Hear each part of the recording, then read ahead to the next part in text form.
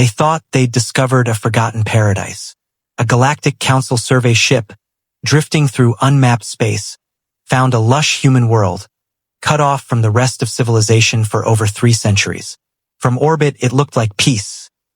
Emerald valleys, silver rivers, thriving cities. But the scanners told another story. Fortifications disguised as farms. Armories hidden beneath schools. Entire populations drilled like soldiers. When the aliens landed, expecting to be greeted with relief, they were met with silent ranks, cold eyes, and weapons ready. This was no colony waiting for rescue. This was a people who had learned to survive under oppression, and were now ready for war. The planet was called Halcyon, a name inherited from the hopeful settlers who had first stepped onto its soil centuries ago. From above, it was beautiful. Patchwork fields, mountain ridges crowned with snow, and seas that shimmered under twin moons. But beauty here was not an accident. It was defense.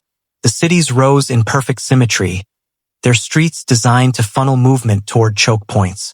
Gardens flourished on rooftops, not for decoration, but for food security. Even the children's playgrounds had lines of sight perfect for snipers. At the heart of this calculated paradise stood Commander Mara Vey. Broad-shouldered, silver streaking her dark hair, eyes like steel under a scarred brow. She was not a politician. She had never given speeches for applause. Her authority came from something rarer, the unbroken trust of her people. Mara's generation had inherited Halcyon's reality. A human population once enslaved, taxed into starvation, and treated as less than sentient by the planet's alien rulers, the Threxel. Those rulers were gone now, but their shadow lingered in every fortified wall, every watchtower, every cautious glance to the sky. To outsiders, Halcyon looked disciplined, perhaps even paranoid. To Mara and her people, it was simply the natural state of those who had been born into prejudice and taught, from birth, that survival meant readiness. The Council's arrival changed nothing, at least not yet.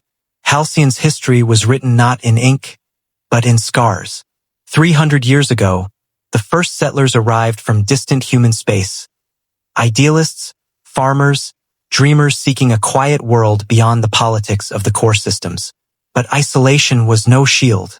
Within decades, they were discovered by the Threxel, a tall, spined species whose society thrived on rigid hierarchies and genetic superiority doctrines.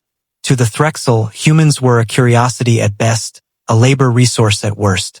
Their arrival brought treaties written in alien script, full of promises of mutual prosperity. In reality, it was a system of exploitation. Taxes so heavy that food was sold to pay them, leaving children to starve. Laws forbidding humans from owning certain land, working in skilled trades, or holding positions of authority. Mandatory identification marks burned into the skin, visible proof of their place in the Threxel order. Schools were segregated. Medicine was rationed. When a drought came, alien estates stored grain in sealed vaults while human villages withered. Every uprising was met with public punishment. Executions broadcast across the planet to remind them who ruled. Generations grew up knowing the sound of alien patrol boots before they could write their own names. And yet, the Threxel underestimated them. What began as whispered lessons in secret engineering, tactics, history, became underground networks of resistance. Farmers learned to forge weapons beneath their barns.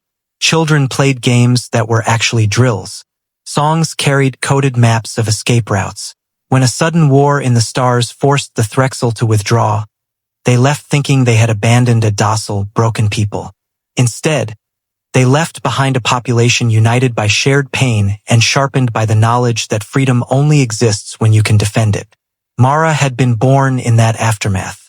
She didn't remember the chains, but she bore their weight all the same. The Galactic Council's arrival was not subtle. Their vessel, a gleaming shard of silver, broke the clouds with the silent authority of a species that had never been told no. To Halcyon's people, it was the soundless echo of the Threxel landers, a ghost returned in different colors. Mara watched from the eastern wall of Halcyon City as the ship settled into the grassland outside the capital. The Council's insignia, 5 interlocking rings, shimmered along its hull. They claimed to represent unity, fairness, the protection of all sentient life. She had heard such promises before.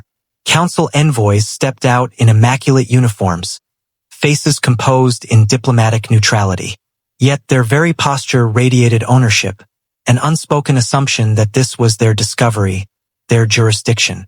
Halcyon's people didn't greet them. They didn't cheer. Instead, from rooftops, watchtowers, and behind reinforced glass, they observed. Quiet, unblinking. Mara had ordered no weapons visible on the streets, but the fields told a different story. Harvest machinery concealed plasma cannons. Irrigation drones doubled as recon scouts. Children herded animals through concealed entrances to underground shelters. Every movement was rehearsed. The council claimed their purpose was peaceful, to welcome Halcyon back into the family of human worlds.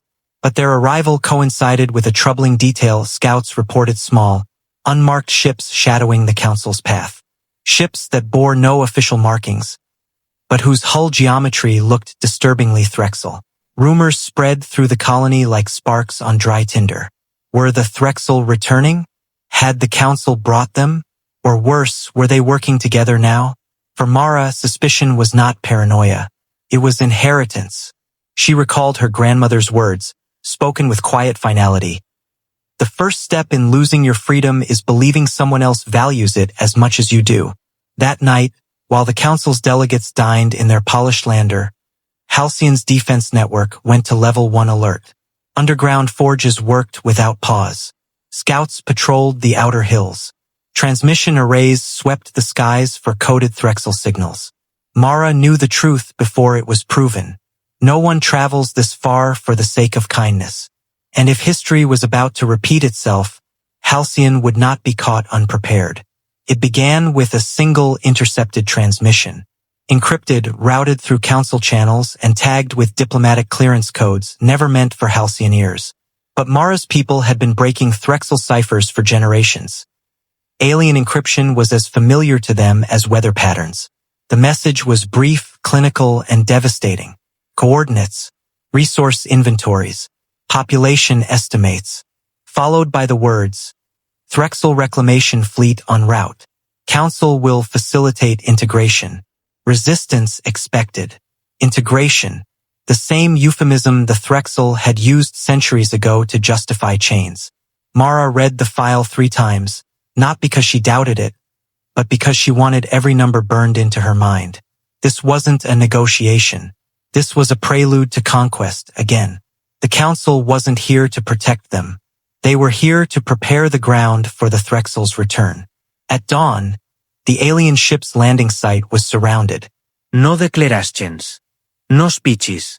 Only silent ranks of armed citizens standing behind barricades. The council envoys emerged, their calm veneer cracking at the sight of an entire city mobilized. Scanning drones darted overhead, registering fortified choke points, energy readings from concealed weapons, and the unmistakable heat signatures of powered artillery. This was not the docile, grateful colony they'd expected. Mara stood at the front, unarmed but unmistakably in command. Her presence was the message. We know what you're doing. We will not kneel. The council's lead envoy opened his mouth to speak, but his words were drowned out by the low, rising hum of Halcyon's defense grid activating. Above, hidden launch bays slid open in the cliffsides. Orbital defense cannons tracked the horizon. Underground, the city's shield generators powered to full capacity, the air vibrating with their charge. In that moment, the truth was undeniable for the council, for the watching Threxel ships, and for every human heart on Halcyon. They were ready, and this time there would be no surrender. The morning after the standoff, Halcyon breathed in quiet triumph. The council's ships had retreated to orbit, their emissaries uncertain, recalibrating their assumptions about human strength. No shots had been fired, no lives lost. Yet the message was unmistakable. Halcyon would not be subdued. In the city, civilians returned to daily routines, but everything had changed. Children who once played war games as fantasy now understood the weight of preparation. Markets reopened with a cautious rhythm. The hum of industry blended seamlessly with the low hum of concealed defenses. Mara walked through the streets, observing her people. Farmers, engineers, scholars, all hardened by centuries of oppression, now tempered into a society that demanded respect. Their pride was not arrogance. It was survival distilled into form and discipline.